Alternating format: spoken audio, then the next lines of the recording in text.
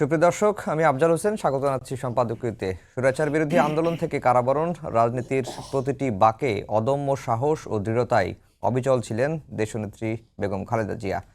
আপোষের বদলে রাজপথের সংগ্রামী তাকে দিয়েছে আপোষহীন নেত্রীর অনন্য অভিতা। মানিক মিয়া অ্যাভিনিউতে লাখো লাখো মানুষের ঢল যেন তার ত্যাগেরই স্বীকৃতি। জানাজা শেষে রাষ্ট্রীয় মর্যাদায় স্বামী শহীদ জিয়াউর রহমানের পাশে চিরনিদ্রায় শায়িত হলেন এই মহীয়সী নারী। গৌরবময় বিদায়ের মধ্য দিয়ে অবসান হলো বর্ণাঢ্য এক রাজনৈতিক অধ্যায়ের। দেশনেত্রীর সংগ্রাম ও জীবন নিয়ে আমাদের আজকের সম্পাদকীয় আপোষহীন নেত্রীর গৌরবময় বিদায়।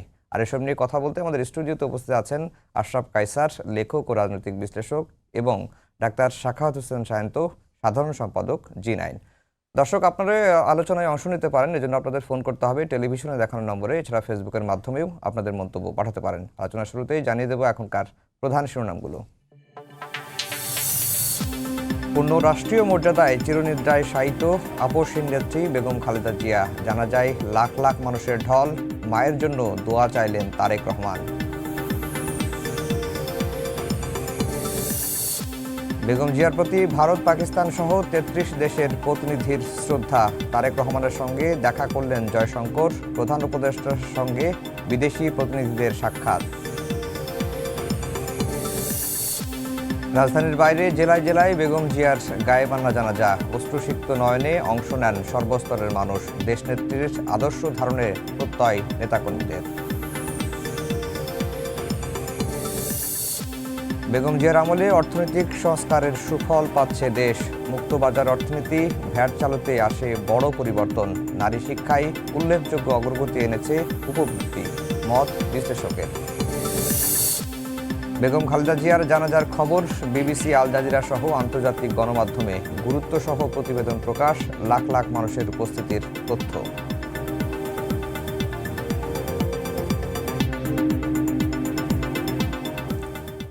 দর্শক, শিরোনাম শুনছিলেন। আমরা আজকের আলোচনার বিষয় দিয়েছি আপোষহীন নেত্রীর গৌরবময় বিদায়। আশরাফ কায়সার ভাই, আপনাকে দিয়ে আলোচনা শুরু করব। আজকে আপোষহীন নেত্রী, বিএনপি চেয়ারপারসন, যিনি দেশ, মাটি ও মানুষের সঙ্গে মিশে আছেন, মানুষের জন্য, গণতন্ত্রের জন্য আজীবন সংগ্রাম করে গেছেন, সেই নেত্রীকে রাষ্ট্রীয় মর্যাদায় দাফন করা হয়েছে তারই স্বামী, বিএনপির প্রতিষ্ঠাতা সাবেক রাষ্ট্রপতি জিয়াউর রহমানের কবরের পাশেই তিনি শায়িত হলেন আজকে। তার যে জানাজার যে দৃশ্য আমরা গণমাধ্যমে দেখেছি বা আমরাও জানাজায় উপস্থিত থেকে যেটি দেখলাম, এটি দেখে আপনার কাছে কি মনে হয়েছে? তার প্রতি মানুষের ভালোবাসা, তার প্রতি মানুষের যে এত আবেগ, এবং তার যে বিদায়টাও গৌরবময় একটা বিদায় হলো কিনা? দেখুন, আজ ঢাকা, আমি আপনার অনুষ্ঠানে আসার আগ পর্যন্ত প্রায় শহরের বিভিন্ন প্রান্তে গিয়েছি, মানে মানে অনেক মাইল হেঁটেছি, জানাজায় অংশ নিয়েছি, মানুষের সাথে কথা বলেছি, তাদের আবেগ অনুভূতি উপলব্ধি করার চেষ্টা করেছি। ঢাকাকে আজ আমার জানাজার শহর মনে হয়েছে, এবং জানাজার যে নির্ধারিত স্থান মানিক মিয়া এভিনিউ এবং তার আশেপাশে অথবা সংসদ ভবন চত্বর, সেগুলো আপনার ভরে গেছিল আমার ধারণা সকাল 10টা-11টার মধ্যেই। তারপরে আমরা দেখেছি যে মানে ওই এলাকার বাইরে 7-8 কিলোমিটার এলাকা পর্যন্ত আমরা যদি রেডিয়াস দেখি, যেখানেই মানুষ দাঁড়িয়ে গেছেন জানাজা পড়ার জন্য। তো আমার ধারণা বাংলাদেশের ইতিহাসে সবচেয়ে বেশি মানুষের অংশগ্রহণ এবং সবচেয়ে বেশি ভালোবাসার জানাজার ঘটনাটি আজকে ঘটল। আমাদের কয়েক সপ্তাহ আগে হাদির জানাজা হয়েছে, তার আগে সাবেক রাষ্ট্রপতি জিয়াউর রহমানের জানাজা হয়েছে, আমরা এগুলো অতীত থেকে চিন্তা করি। কিন্তু আজকে আমরা বেগম খালেদা জিয়া, যিনি দীর্ঘদিন ধরে অসুস্থ, যিনি অনেকটা বিনা কারণেই কারাভোগ করেছেন, এবং যার উপরে রাজনৈতিক নির্যাতন হয়েছে, শারীরিক নির্যাতন, মানসিক নির্যাতন হয়েছে, মানুষ যেন তার প্রতিউত্তর দিয়েছে আজকে। আমি এমনও দেখেছি যে আমার কাছে মনে হয়নি বিএনপি এই জানাজার জন্য মানুষের ব্যাপারে খুব একটা এফোর্ট দিয়েছে। বিএনপির রাজনৈতিক উপস্থিতি বা দলীয় উপস্থিতি, এমনকি সাংগঠনিক উপস্থিতি, দেখুন সামনে একটি নির্বাচন রয়েছে, যারা প্রার্থী হয়েছেন, যারা দল করেন, যারা নেতৃস্থানীয়, তারা তো তাদের লোকজনকে আনবেনই।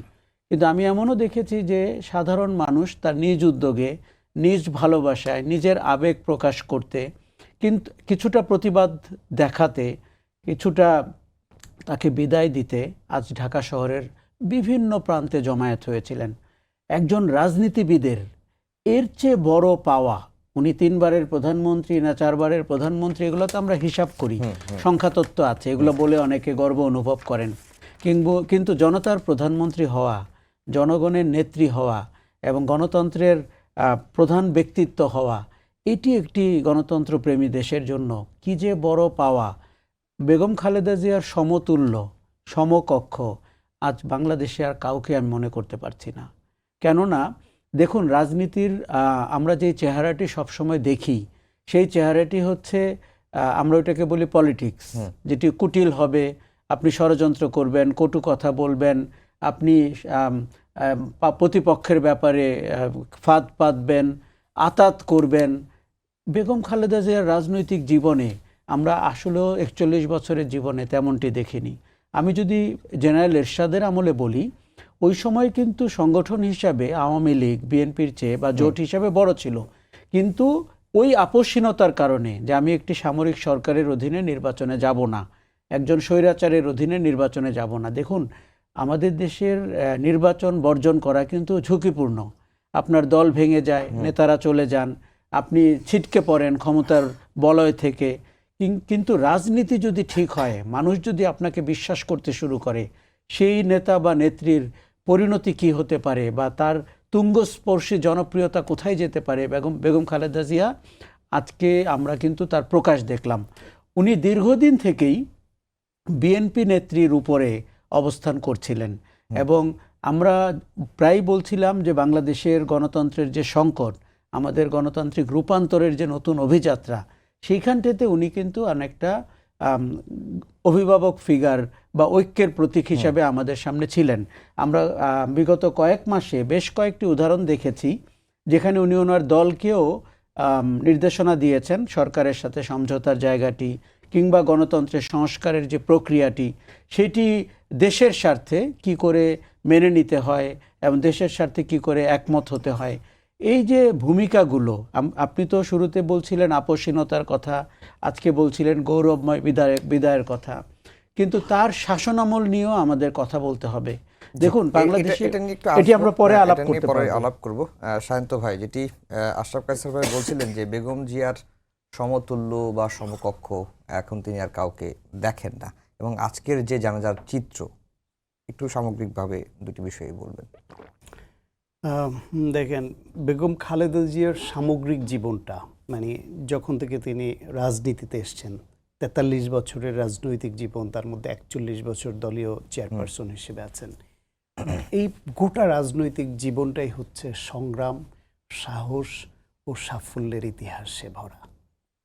তিনি সংগ্রাম করেছেন, সাহস দেখিয়েছেন, সাহস দেখিয়ে আপোষহীন হয়েছেন, আর তার মধ্যে কখনো সাফল্য এসেছে, কখনো ব্যর্থতা এসেছে। এটা রাজনীতিতে আসবেই। এমনভাবে এসেছে যে তার যে কিছু সিদ্ধান্তকে সাময়িকভাবে অনেকে ভুল মনে করত, সেটা পরে সঠিক মনে হয়েছে তার অর্জন বা সাফল্যের কারণে।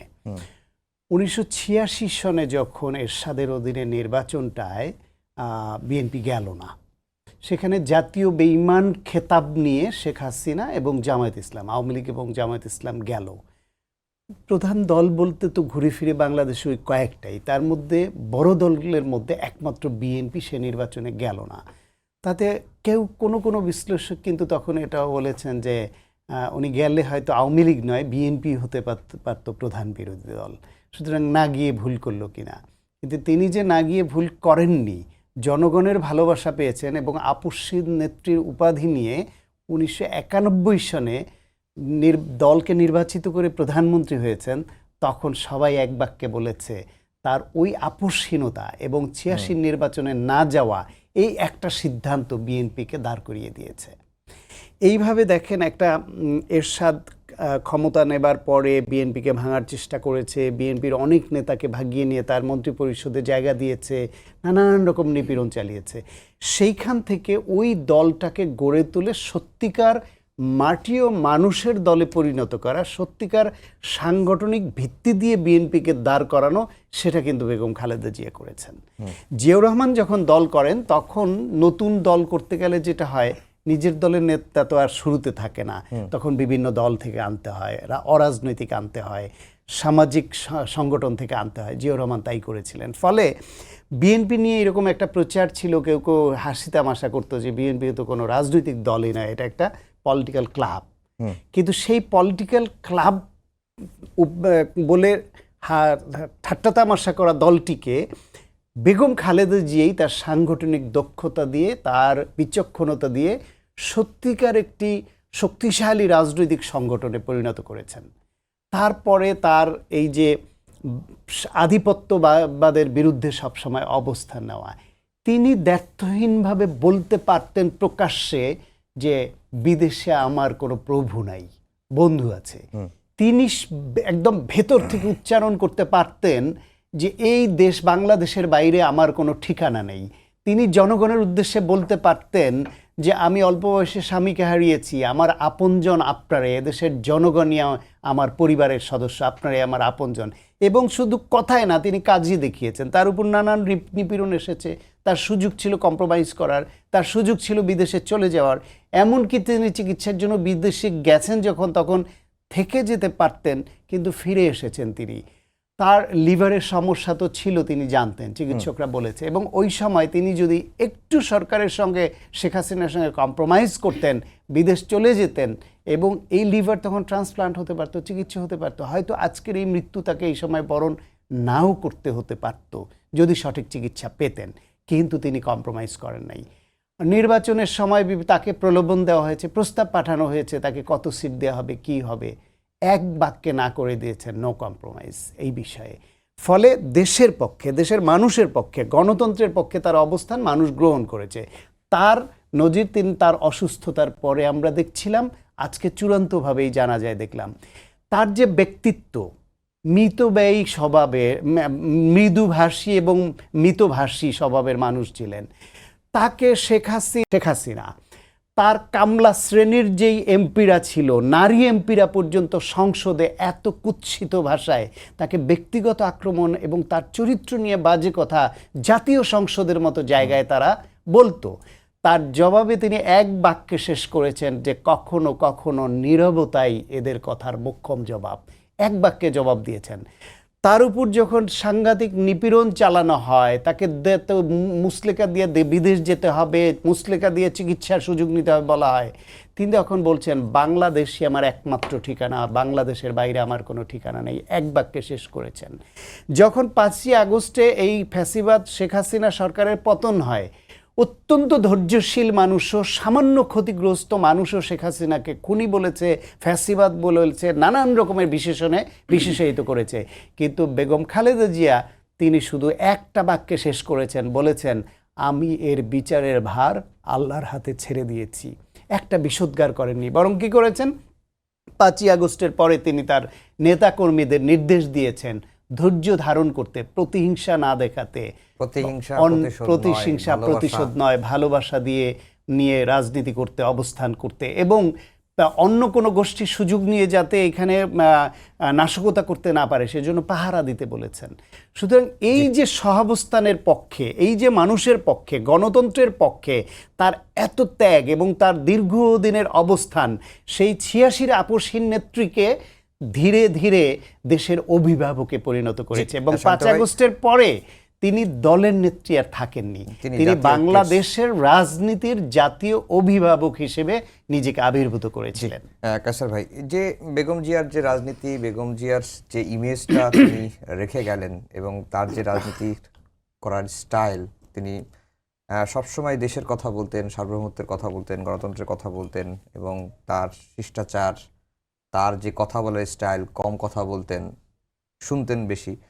এই যে সামগ্রিক তার যে রাজনীতি, তার এই রাজনীতিটা বর্তমান যে বিএনপির নেতৃত্ব আছে তার প্রতি মানে সেই বিষয়টি একটু চাপে ফেলবে কিনা, বা একটু তিনি তো ছায়ার মতোই ছিলেন বিএনপির। দেখুন, বাংলাদেশে বেগম খালেদা জিয়ার ব্যাপারে তার চরিত্র নিয়ে, তার জীবনযাপন নিয়ে, তার রাজনৈতিক পথ পরিক্রমা নিয়ে যত বিষোদ্গার হয়েছে সামাজিক যোগাযোগ মাধ্যম আবিষ্কার হওয়ার আগের থেকে, সেটি বাংলাদেশের আর কোনো নাগরিকের ব্যাপারে হয়নি। এবং রাষ্ট্রের শীর্ষ পর্যায় থেকে হয়েছে, জাতীয় সংসদে হয়েছে। কিন্তু উনি কিন্তু এই ব্যক্তিগত আক্রমণকে প্রতিহিংসা বা আক্রোশের জায়গায় নিয়ে যাননি।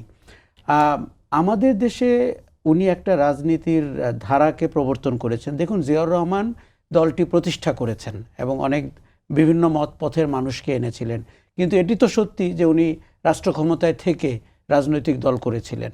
বেগম খালেদা জিয়া বিএনপিকে একটি গণতান্ত্রিক দলে রূপান্তর করেছিলেন এবং যার পরীক্ষা হয়ে গেছিল রাজপথে এরশাদের শাসন আমলে, সংগ্রাম করে, আন্দোলন করে, আপোষ না করে। কাজেই প্রুভেন পথটা কি? প্রুভেন পথ হচ্ছে যে আপনি এমন রাজনীতি করবেন যেটি সততার, আপনি আক্রমণাত্মক রাজনীতি করবেন না, এবং আপনি প্রাসাদ ষড়যন্ত্রের রাজনীতি করবেন না, যেটা অন্য অনেকের ক্ষেত্রে বলা যায়। জনগণের উপর আস্থা রাখা এটি রাজনীতিবিদের প্রধানতম কর্তব্য। আপনি খেয়াল করে দেখুন ১/১১ সময় যে মিলিটারির লোকরা পাওয়ারে ছিল, তারা বেগম খালেদা জিয়ার সাথেও নেগোসিয়েশনের অফার নিয়ে গিয়েছিল। উনি তাদেরকে এই আলোচনাতেই কমফোর্টেবল ফিল করেনি, পরবর্তীতে হয়তো অন্য পক্ষ করেছে। আমরা সবসময় দেখেছি এরশাদ আমল ১/১১ বলি, এমনকি শেখ হাসিনার ১৮ সালের নির্বাচন, ২৪ সালের নির্বাচন, অনেক কথা শুনি আমরা। উনি বারবার গণতন্ত্রকে নির্বাচনের ভেতর দিয়ে জনমত প্রতিফলন হিসাবে দেখতে চেয়েছেন। কাজেই আপনি যেটি বলছিলেন যে বিএনপির রাজনীতি, আমার ধারণা ৪৩ বছরের মধ্যে ৪১ বছর যেহেতু এই দলের চেয়ারম্যান ছিলেন, উনি চেয়ারপারসন ছিলেন, দলটিও কিন্তু তার মানে তার ব্যক্তিত্ব অথবা তার যে মৃদুভাষী আচরণ অথবা প্রতিপক্ষকে, আজকেও আমি খেয়াল করলাম, আজকে বিএনপির তারেক রহমানের যে বক্তব্য এবং মানে ঢাকায় ফেরার পরে উনি ৩০০ ফিটে যে বক্তব্য দিয়েছেন, আপনি খেয়াল করে দেখুন ওই বক্তব্যেও কিন্তু জাতিকে ঐক্যবদ্ধ করার মেসেজ দেওয়া হয়েছে, নিরাপদ বাংলাদেশ গড়ার মেসেজ দেওয়া হয়েছে। চাইলে কিন্তু উনি নিজেও তো ভিকটিম, ১৭ বছর দেশের বাইরে ছিলেন, ১৫ বছরের মতো তিনি ছিলেন হাসিনার ফ্যাসিস্ট শাসনের সময়। কিন্তু এই পরিবারটি কিংবা এই দলটির মূল নেতৃত্বের কিন্তু রাজনীতির পরিভাষা অনেক বেশি গণতন্ত্রর পক্ষে এবং বাংলাদেশপন্থী। আমার মনে হয় রাজনীতি, আপনি তো বিএনপির কথা বলছিলেন, তার আগে আমি শুধু বলি, বাংলাদেশপন্থী রাজনীতির যে দাবি এখন উঠেছে যে আমরা আমাদের প্রতিবেশী থাকবে, তাদের সাথে সম্পর্ক থাকবে, কিন্তু আমরা দেশের স্বার্থকে সবার আগে দেখব, এটি কিন্তু পৃথিবীর যে কোনো দেশের বলার অধিকার আছে এবং আমাদের প্রতিবেশী দেশে এই কালচারটি চালু আছে রাজনীতিতে। বাংলাদেশপন্থী রাজনীতির সূচনা কিন্তু বিএনপি বা জিয়াউর রহমান বা বেগম খালেদা জিয়া, এবং এখন তারেক রহমানকেও আমি বলবো ৫ই অগস্টের পরে তার কথা আমার কাছে অনেক বেশি গ্রহণযোগ্য মনে হয়। এই জায়গাটিতেও বিএনপি কিন্তু সঠিক পথে রয়েছে, কেননা আমরা একটি স্বাধীন দেশে আপনি পরাধীন অর্থনীতির মতো আচরণ করা বা রাজনৈতিক পরিমণ্ডলের মতো আচরণ করা গ্রহণযোগ্য না, বেমানান মনে হয়। কাজেই বিএনপির উপরে, তবে যেই দলের ৪১ বছর ধরে একজন ব্যক্তি দলকে নিয়ন্ত্রণ করেছেন, যদিও তাদের প্রথম সারির অনেক নেতা রয়েছে, কিন্তু বেগম খালেদা জিয়াই শেষ কথা ছিল। এবং আপনি খেয়াল করে দেখবেন তার অনেক সিদ্ধান্ত কিন্তু দলের ভিতরে সমালোচিত হতো। যেমন উনি যখন রাজনীতি শুরু করেন, তাকে বিএনপির ভেতরে যে কোন্দল মোকাবেলা করতে হয়েছে, সেটি কিন্তু বাংলাদেশের আর কোনো দলকে করতে হয়নি। বিএনপি ভাগ হয়েছে, বিএনপির নেতারা আপনি জানেন দিনের বেলা মিছিল করে রাতের বেলা শপথ নিয়েছে, এরকম সব ঘটনা বিএনপির সাথে ঘটেছে। কিন্তু ওনার লক্ষ্য উনি স্থির করেছিলেন যে রাজনীতির গতিপথ যদি ঠিক থাকে, জনগণের সমর্থন এবং ভালোবাসা থাকবে। এবং ৯১ সালে উনি ওটি দেখেছেন। ৯১ সালে তার নির্বাচনী অভিযাত্রায় আমি তার সঙ্গী হয়েছিলাম। বাংলাদেশের বিভিন্ন প্রান্তে বিএনপির বেগম খালেদা জিয়ার যে নির্বাচনী যাত্রা, আমরা মাঠে টের পাচ্ছিলাম যে ঢাকা শহরে যাকে আমরা ভাবছিলাম ক্ষমতায় যাবে, যখনই আমরা ঢাকার বাইরে বা গ্রামগঞ্জে যাচ্ছিলাম, আমরা টের পাচ্ছিলাম যে ওনার ব্যক্তিগত জনপ্রিয়তা এবং তার প্রতি সমর্থন এবং আস্থা এবং ভরসা মাঠে ঘাটে টের পাওয়া যাচ্ছিল, এবং সেটির ঘটনা কিন্তু পরবর্তী নির্বাচনে ঘটেছে। কাজেই বিএনপিকে আমি বলবো, বিএনপির সামনে একটা দারুণ উদাহরণ আছে, দারুণ নেতৃত্বের উদাহরণ আছে। এমনকি কি রাজনীতি করবে সেটির জন্য দেখুন, ক্ষমতায় যেতে হলে আগে প্রতিবেশীর সাথে সম্পর্ক ঠিক করতে হবে, ওয়েস্টার্ন কমিউনিটিকে ঠিক করতে হবে। এগুলো কারা করে? যার রাজনীতির মেরুদণ্ড নাই, যার নিজের প্রতি আস্থা নাই। বিভিন্ন রাষ্ট্রদূতদের কাছে দুতিয়ালি করতে হয়, সেটি আমার মনে হয় বর্তমান বাংলাদেশ ডিজার্ভ করে না। জি, শান্ত ভাই, আজকে নজরুল ইসলাম খান জানাজার আগে বেগম জিয়ার স্মৃতিচারণ করছিলেন এবং জীবনীগুলো তুলে ধরছিলেন। তখন তিনি একটি বক্তব্য দিয়েছেন যে খালেদা জিয়ার এই মৃত্যুর পেছনে ফ্যাসিবাদী হাসিনা দায় থেকে কখনো মুক্তি পাবেন। আপনার কাছে কি মনে হয়? এটা ধ্রুব সত্য কথা, যদিও আজকে জানাজা এটা বলার জন্য উপযুক্ত সময় কিনা, যেটা কাসের কামাল ভাই বলছিলেন যে তারেক রহমান শুধুমাত্র মায়ের কাছে কোনো পাওয়া না থাকলে সেটা দিয়ে দিবেন, দেওয়ার প্রতিশ্রুতি, আর তাকে মাফ করে দেওয়ার জন্য দোয়া করার জন্য আহ্বান জানিয়ে কিন্তু শেষ করেছেন। সুতরাং আজকে এইখানেও আমরা আলোচনায় বসছি, অন্য দলের সঙ্গে কম্পেয়ার করে খালেদা জিয়ার উচ্চতা কোথায় সেরকম অনেক কিছু বলবার আছে, সেটা অতীতে আমরা বলেছি, ভবিষ্যতে হয়তো বলবো। কিন্তু সময় বিবেচনায় আজকে আমরা শুধুই খালেদা জিয়ার কি কি কারণে তার এত জনপ্রিয়তা সেই কথাটা আমরা বলছি, কারো বিরুদ্ধে অভিযোগ এটা বলবার সময় এটা নয়। তবে যেহেতু উনি বর্ষিয়ান রাজনীতিবিদ, জিয়াউর রহমানের সঙ্গে রাজনীতি করেছেন, ওই পরিবারের প্রতি এবং এই দলের প্রতি তার সাংঘাতিকভাবে ভালোবাসা আছে, তার ডেডিকেশন আছে, সেই বিবেচনায় এটা তিনি বলছেন। কিন্তু যে কথা তিনি বলছেন সেটা মিথ্যা বলেননি। এটা আগেও আমি অনেক আলোচনায় বলেছি যে অনেককে স্লো পয়জনিং করে মেরে ফেলা হয় না, দীর্ঘদিন ধরে স্লো পয়জনিং অথবা ভুল চিকিৎসা, ভুল ওষুধ দিয়ে আস্তে আস্তে তিনি মৃত্যুর দিকে ঝুঁকে পড়বেন। এক সময় মনে হবে তার মৃত্যুটা স্বাভাবিক মৃত্যু বা সাধারণ মৃত্যু, কিন্তু এটা আসলে এক ধরনের ইন্টেনশনাল কিলিং বা পরিকল্পিত হত্যাকাণ্ড। ম্যাডাম খালেদা জিয়াকে স্লো পয়জনিং করা হয়েছে কিনা এই অভিযোগটা আছে, যদিও তার সত্যতা নিরূপণ করা কঠিন বা সেটা হয়নি। দলের পক্ষ থেকে দলের সিনিয়র নেতারা এই অভিযোগ করেছেন। ম্যাডাম খালেদা জিয়াকে তার চিকিৎসাটা পছন্দের জায়গায় বাংলাদেশেই তার পছন্দের চিকিৎসকের কাছে নেবেন, দরকার হলে ওই হসপিটালকে তার কেবিনটাকে সাবজেল ঘোষণা করা যেতে পারত, সেটা দেওয়া হয় নাই। আর এমন একটা অনাস্থার পরিবেশ তৈরি করা হয়েছে মেডিকেল বিশ্ববিদ্যালয়ে যে তিনি ওইখানে চিকিৎসাটা নেওয়ার আস্থাও পাননি। ফলে প্রায় বিনা চিকিৎসায় দীর্ঘদিন তিনি থেকেছেন এবং এই তার রোগটা গুরুতর হয়েছে। ফলে না দেশে না বিদেশে কোনো চিকিৎসা দেওয়ার সুযোগ দেননি। তার থেকেও আগের কথা হচ্ছে তাকে জেলে বন্দি করাটাই হচ্ছে গিয়ে ইন্টেনশনালি তাকে এবং তার দলকে হত্যা করবার জন্য। না হলে যে মানুষ কোনো অপরাধ করেনি, এতিমের টাকা খাওয়ার একটা বাজে অপবাদ দিয়ে তার রাজনৈতিক ক্যারিয়ার ধ্বংস, তার দলকে ধ্বংস এবং তার মাধ্যমে বাংলাদেশের গণতন্ত্রকে ধ্বংস করে ক্ষমতা কুক্ষিগত করবার জন্য এটা করা হয়েছে। যে নেত্রী আদালতের রায়ের পরে গাড়িতে উঠে গেটে গিয়ে নেমে হেঁটে ঢুকলেন, সেই নেত্রী সেখান থেকে যখন হাসপাতালে মেডিকেল বিশ্ববিদ্যালয়ে আনা হয় তাকে হুইল চেয়ারে করে উপরে উঠাতে হলো কেন? তাহলে এর মধ্যে কি ঘটেছে? পরবর্তীতে চিকিৎসা সব আপনারা জানেন, আপনি দীর্ঘদিন তার বিট কাভার করেছেন। তাহলে এই যে এই মৃত্যুটাকে আপনি এখন তিনি রোগে ভুগেছেন এবং স্বাভাবিকভাবে এই রোগে ডাক্তাররা চিকিৎসা করেছেন, ডাক্তাররা তাকে যথাযথ চেষ্টা করবার পরেও আল্লাহ তাকে নিয়ে গেছেন, শুধু এই সান্ত্বনা নিয়ে আমরা থাকছি, সেটা একটা দিক। কিন্তু এর পেছনের কারণ খুঁজতে গেলে অবশ্যই এটা বলতে হবে যে এর দায় শেখ হাসিনা এড়াতে পারে না। এখন দায় এড়াতে পারে না সেটা এই দেশবাসী বা বিএনপি ভবিষ্যতে কখনো মাপ করে দিবি কিনা সেটা ভবিষ্যৎ বলবে, কিন্তু এর দায় শেখ হাসিনা আছে। বাংলাদেশের গণতন্ত্রকে হত্যা করেছে, পাশাপাশি বিএনপিকে ধ্বংস করতে গিয়ে তার প্রধান নেত্রীকে হত্যার দিকে ঠেলে দিয়েছে। জি, আশরাফ কায়সার ভাই, এই প্রশ্নটাই আমি আপনার কাছে করলাম। তার সঙ্গে একটা জিনিস যুক্ত করতে চাই যে বেগম খালেদা জিয়ার কাছ থেকে বা বেগম খালেদা জিয়ার রাজনীতি থেকে তরুণ প্রজন্মে এখন অনেকেই রাজনীতি করছেন, কি শিক্ষা নেওয়া উচিত? প্রথম অংশে বলি যে তার প্রতি যে অন্যায় করা হয়েছে, অবিচার করা হয়েছে, এটি সময় এবং ইতিহাস দায়িত্ব নেবে কি করবে। কেননা যেই মামলায় তাকে শাস্তি দেওয়া হয়েছে, এরকম তুচ্ছ ঘটনায় আপনি রাজনৈতিক প্রতিপক্ষকে এভাবে ঘায়েল করতে পারেন না। আর মনে রাখতে হবে যে বিএনপি বা বেগম খালেদা জিয়াকে আক্রমণ করে এবং আপনি গণতন্ত্রকে কিন্তু অকার্যকর করেছেন। এর কাজে শেখ হাসিনা শুধুমাত্র তার শারীরিক অসুস্থতার জন্য দায়ী, তার চেয়েও বেশি আমি বলবো বাংলাদেশ রাষ্ট্রের তো একটি গণতান্ত্রিক প্রক্রিয়া হচ্ছে রাষ্ট্রের জীবন প্রবাহ, সেটিকে ধ্বংস করেছে।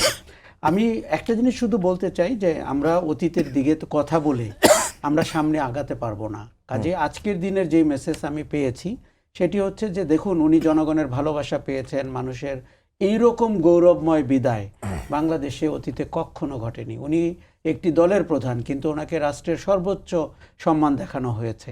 আপনি আজকে কাজেই আমরা যে কনক্লুশনে আসতে চাই যে আজকে আমার খুব ভালো লাগে যে অনেক তরুণদেরকে আমরা রাজনীতিতে উৎসাহী হতে দেখি, বিশেষ করে 5ই আগস্টের শেখ হাসিনাকে যেভাবে বিদায় করা হয়েছে এবং তারপরে আমরা যেই আজকের যে জনগণের ভালোবাসা বিএনপি পেল, তারা প্রতিদান দিবে কি করে, এটি আমার কাছে একটি বড় প্রশ্ন। দেখুন, বিএনপি অতীতে শাসন করেছে, কখনো অনেক ভালো কাজ করেছে, বেশ প্রশ্নবোধক শাসন করেছে, ভুল করেছে, দুর্নীতির অভিযোগ উঠেছে, অপশাসনের অভিযোগ উঠেছে, সবই কিন্তু রাজনৈতিক তর্কে আলোচনার বিষয়। কিন্তু আপনি যদি আজকের ঘটনা থেকে প্রথমত বিএনপির ভবিষ্যৎ পথ চলায় বিএনপি কি করবে বা তারেক রহমান কি করবেন, আমার ধারণা একটা পরিষ্কার মেসেজ আছে, সেটি হচ্ছে আপনি সুশাসন নিশ্চিত করেন, আপনি মানুষকে প্রতিদান দেন, নাগরিকদেরকে সম্মান করেন, যেটি আমরা গত শাসনে উল্টোটা পেয়েছি। আপনি বাংলাদেশপন্থী একটি রাজনীতি করেন এবং আপনি তরুণদেরকে কর্মসংস্থানের ব্যবস্থা করেন ইত্যাদি। বেগম খালেদা জিয়ার অতীতের শাসনে কিন্তু আমরা অর্থনৈতিকভাবে বাংলাদেশকে এই যে ওপেন মার্কেট ইকোনমি করা, বিশেষ করে মেয়েদের শিক্ষার ব্যাপারে উনি যেভাবে আপনার শক্ত হয়ে দাঁড়িয়েছিলেন, এটি কিন্তু একটা উল্লেখযোগ্য ঘটনা।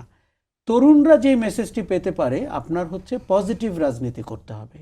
এই যে নেগেটিভ রাজনীতি করা, আমার বাবা কে ছিলেন, আমার পরিবার কে ছিলেন, জনগণকে তুচ্ছতাচ্ছিল্য করা, এইসব রাজনীতি মানুষ কিন্তু অপছন্দ করেছে এবং তাকে ঝেঁটিয়ে বিদায় করেছে।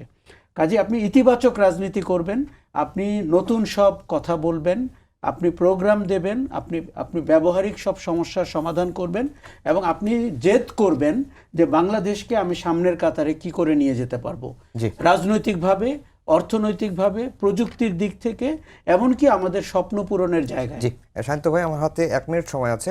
তরুণ প্রজন্ম বেগম জিয়া থেকে কি শিক্ষা নিতে পারে?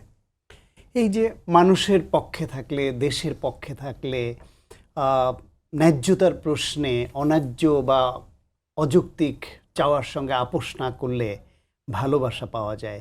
আপনি হেডলাইন দিয়েছেন গৌরবময় বিদায়, আমি আমার ফেসবুকে লিখেছি ঈর্ষণীয় গৌরবময় বিদায়। এই গৌরবময় বিদায়টাকে আমার ঈর্ষা হয়। আমরা প্রত্যেকেই বিদায়ের সময় সবাই যাব, আমরা প্রত্যেকেই পৃথিবী থেকে চলে যাব।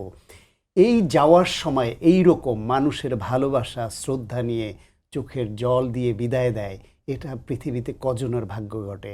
বেগম খালেদা জিয়ার বেলায় এই যে জনতার ঢল নামলো, পৃথিবীর ইতিহাসে এখন পর্যন্ত যেটা কটা খুবই উল্লেখযোগ্য, খোমেনির বিদায়ের বা কিংবা এরকম দু একজন নেতার সঙ্গে তুলনীয় হয়ে থাকবে আজকের এই জানাজাটা। সুতরাং এই যে শ্রদ্ধা নিয়ে পৃথিবী থেকে বিদায় নিতে পারাটা, এই ভাগ্যটা অনেক বড়। আল্লাহ তাকে এই সুযোগ দিয়েছেন, এদেশের মানুষও তাকে এই সুযোগ দিয়েছে, ভালোবেসেছে। সুতরাং এইটা অনেক বড়। আর তার একটা আলাদা ব্যক্তিত্ব দেখবেন, এইটা কখনো আলোচনা হয় না। বাংলাদেশে ধর্মীয় রাজনীতি করা অনেকেই বলতো নারী নেতৃত্ব নাজায়েজ, হারাম, কিন্তু বেগম খালেদা জিয়ার ব্যক্তিত্ব, তার সহনশীলতা এবং ধর্মের প্রতি, সকল ধর্মের প্রতি তার যে ভালোবাসা এবং শ্রদ্ধাবোধ, সেই জিনিসটা ওই যারা একসময় নাজায়েজ বা হারাম বলতো, তারাও তার সঙ্গে বসতে অস্বাচ্ছন্দ্য বোধ করেননি, এই জায়গায় নিয়ে এসেছিল। এটাকে বলে ব্যক্তিত্ব। একেবারে সময় শেষ কায়সার ভাই, আজকে অন্যদিন সময় নিয়ে আপনাকে দেওয়া হবে। সবাইকে ধন্যবাদ জানিয়ে শেষ করছি আমাদের আজকের সম্পাদকীয়। আগামীকাল আবারও দেখা হবে একই সময়ে। শুভরাত্রি।